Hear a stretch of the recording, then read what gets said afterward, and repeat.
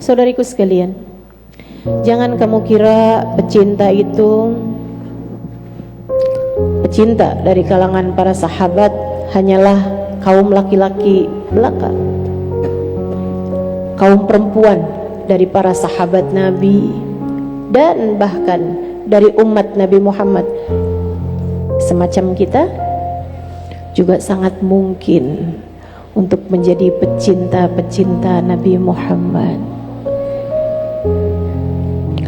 Ummu Umarah salah satunya, Nasibah Al-Mazaniyah.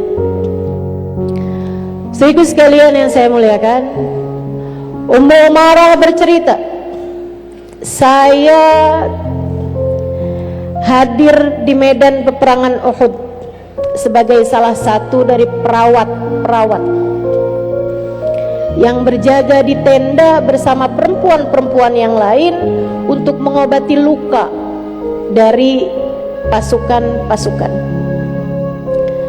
Semula peperangan Uhud dimenangkan oleh pasukan Islam, kita tahu itu. Akan tetapi mereka yang ada di atas bukit Romah, bukit Panahan, turun ketika melihat pasukan kafir meninggalkan area peperangan. Umat Islam yang ada di atas mengira bahwa perang telah usai. Mereka pun turun ke bawah untuk mengambil harta rampasan perang yang ditinggalkan oleh orang-orang kafir. Akan tetapi ternyata ketika pertahanan bukit Romah tersebut tidak lagi dikuasai oleh orang-orang Islam, saat itu pasukan kafir yang dipimpin oleh Khalid bin Walid yang belum masuk Islam, dia berbalik menyerang pasukan Islam hingga kocar kacirlah pasukan Islam pada saat itu. Ummu Umarah bilang, saya semula sudah berbahagia ketika mendengar suara-suara takbir dari pasukan Islam. Akan tetapi tak lama berselang, saya mendapati suara peperangan berbeda. Semakin banyak orang yang datang ke tenda kami untuk mengobati lukanya. Ada banyak sekali orang-orang pasukan Islam yang terluka. Dari mereka lah saya tahu bahwa pasukan kafir berbalik menyerang umat Islam. Saya kemudian menjadi gelisah.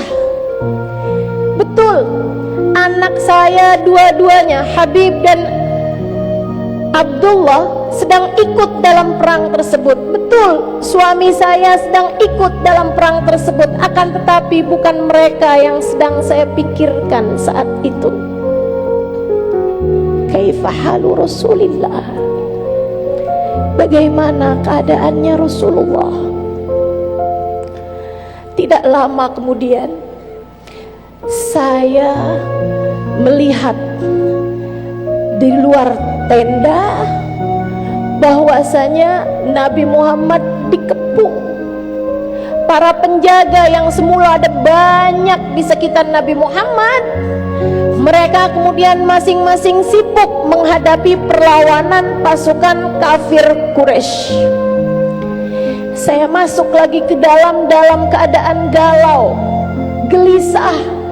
Saya bingung apa yang dapat saya lakukan. Datang orang-orang minta untuk diobati, saya pun masih mengobati mereka. Sambil pikiran saya, bagaimanakah keadaan Nabi Muhammad? Bagaimanakah keadaan Nabi Muhammad? Akan tetapi kemudian saya mendengar suara teriakan orang-orang, An-Nabi qad istushhid, An-Nabi qad mat, Nabi Muhammad sudah meninggal, Nabi Muhammad tewas, Nabi Muhammad tewas. Mendengar hal itu, saya pun tak kuat hati. Saya ambil pedang yang ditinggalkan salah satu pasukan karena ia terluka parah. Aku mengambil pedangnya, kemudian aku keluar mendekati tempat Nabi besar Muhammad. Kulihat beliau tengah menadahkan darahnya yang terus mengucur karena dahinya telah robek. Dua gigi geraham beliau tanggal. Nabi berlumuran darah. Saya pun dengan membawa pedang tersebut berdiri di dekat Nabi besar Muhammad. Ketika aku lihat serangan banyak mengarah ke samping kanan Nabi, saya berdiri di samping kanan Nabi. Ketika saya lihat serangan banyak mengarah ke kiri Nabi, saya pun berlari ke samping kiri Nabi Muhammad. Takkan pernah kubiarkan anak panah menembus kepada Nabi, kecuali jika anak panah tersebut telah menembus diriku ini. Saat itu aku melihat seseorang sedang keluar dari barisan perang dengan membawa tameng. Aku bilang, "Ya hada, hai, lemparkan tamengmu itu." Dia pun melemparkannya kepadaku, aku pun mengambilnya. Maka tangan kiriku aku pegang tameng, sementara tangan kananku aku pedang pedang. Saat itulah saya melihat kedua anakku dan juga suamiku. Aku pun memanggil mereka. Kami pun membuat lingkaran mengelilingi baginda Nabi Muhammad. Kami membuat lingkaran mengelilingi baginda Nabi besar Muhammad. Tiba-tiba saya melihat seorang jawara Mekah bernama Ibnu Qami'ah. Dia bilang, Ibnu Qami'ah, jawara Mekah ini, dia datang, dia bertanya-tanya, berteriak, "Aina Muhammad, aina Muhammad, di mana tuh Muhammad, di mana Muhammad?" Aku pun menghadapi jawara tersebut disertai dengan Mus'ab bin Umair.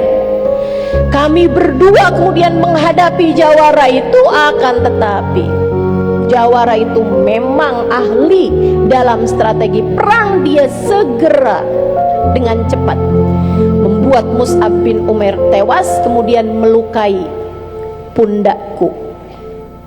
Darah mengucur. Akan tetapi aku indahkan perihnya, aku lupakan sakitnya, karena aku tahu ada yang jauh lebih menyakitkan jika sesuatu terjadi kepada Nabi Muhammad.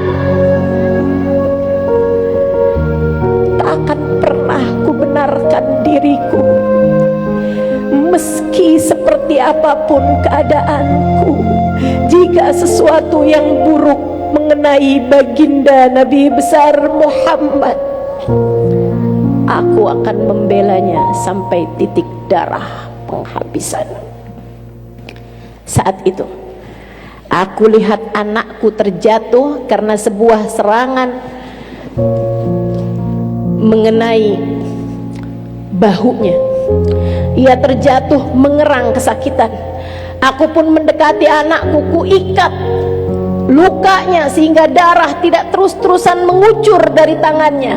Kemudian aku berkata kepadanya, "Bangkitlah nak, bangkitlah nak. Tidak sekarang waktumu merasa perih. Tidak sekarang waktumu membiarkan luka menghalangimu dari membela Nabi Muhammad. Bangunlah anakku, kita bela Nabi sampai titik penghabisan. Bangunlah nak, selagi kita masih punya nyawa di kandung badan." Anakku bangkit. Kemudian kami kembali menyerang orang-orang, menghalangi baginda Nabi dari serangan orang-orang. Saat itulah aku dengar suara Nabi Muhammad berkata, "Huwadak, huwadak ya Ummu Umarah, huwadak. Ummu Umarah, itulah dia orangnya yang telah melukai anakmu." Aku pun segera mendekati orang tersebut. Aku bawa pedangku, Aku coba untuk membunuh dia, akan tetapi tidak berhasil. Tiba-tiba suamiku kemudian menyerangkan panah hingga menembus ke badan orang tersebut dan dia pun tewas. Nabi Muhammad berkata di belakang kami, kamu telah membalasnya wahai Ummu Umarah, kamu telah membalasnya.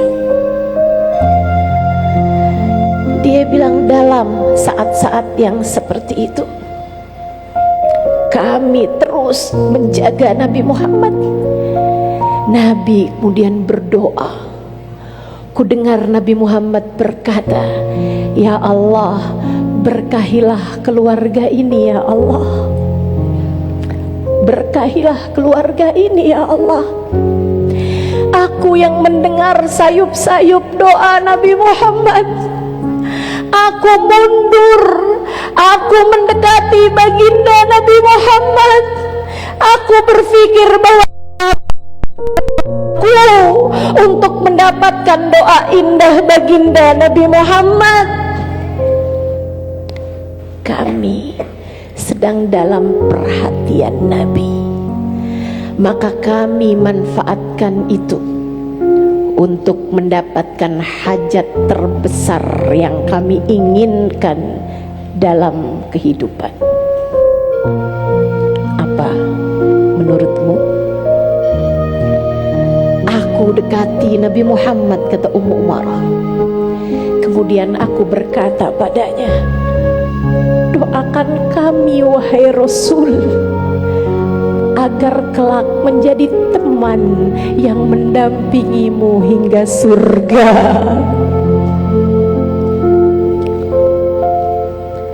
Tak dimintanya rumah yang lebih indah, tak dimintanya kendaraan yang lebih mewah, tak dimintanya bahkan kemuliaan hidup di dunia. Satu-satunya hajat pecinta adalah membersamai yang dicinta kelak di surga. Seolah mereka hendak berkata, dunia tak cukup lama untuk kami para pecinta. Kami berharap bersamanya kelak hingga surga. Nabi mengangkat tangannya. Nabi berkata dengan senyuman indahnya, meski wajahnya berlumuran darah, Nabi berdoa, Allahumma ja'alhum rufaqa'i fil jannah. Ya Allah, jadikanlah keluarga Ummu Umarah sebagai kawan-kawan yang membersamaiku kelak di surga. Nabi mendoakan keluarga Ummu Umarah, ya Allah, jadikan mereka semuanya kelak membersamaiku di surga.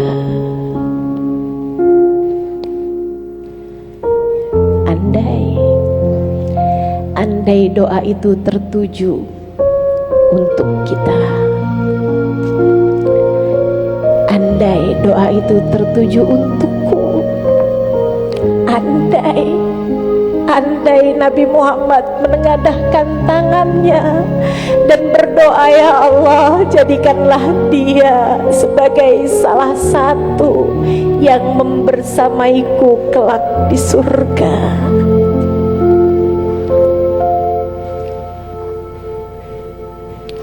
Ummu Umarah bahkan merelakan apapun yang dia punya untuk Nabi Muhammad. Wajar jika karenanya Nabi Muhammad berdoa dengan doa seindah itu. Tinggal kita di zaman ini, apa yang sudah kamu lakukan untuk Nabi Muhammad? Apa yang sudah kamu perbuat untuk membuatmu layak kelak mendampinginya di surga? Apa yang akan kamu perbuat di masa depan nanti?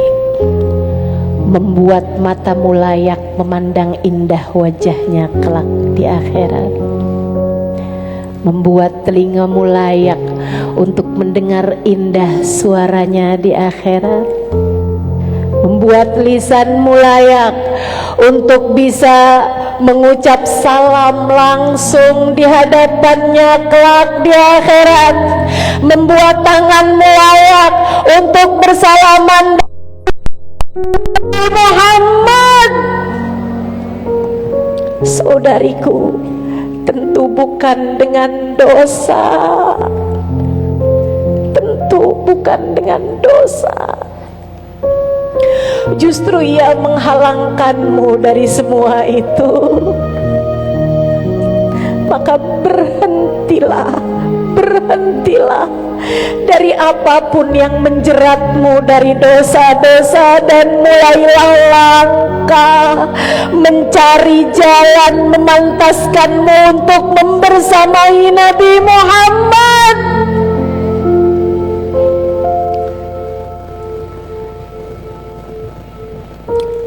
Ummu Umarah bercerita,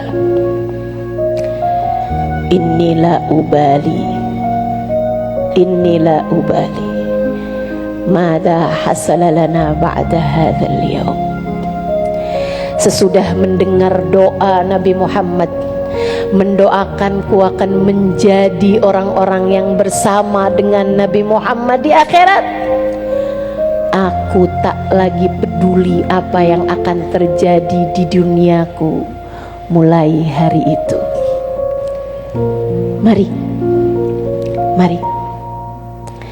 Mari siapkan langkah-langkah pendekatan kita kepadanya, sebab kita tak mungkin mendekatinya nanti. Disinilah tempatnya, di dunia.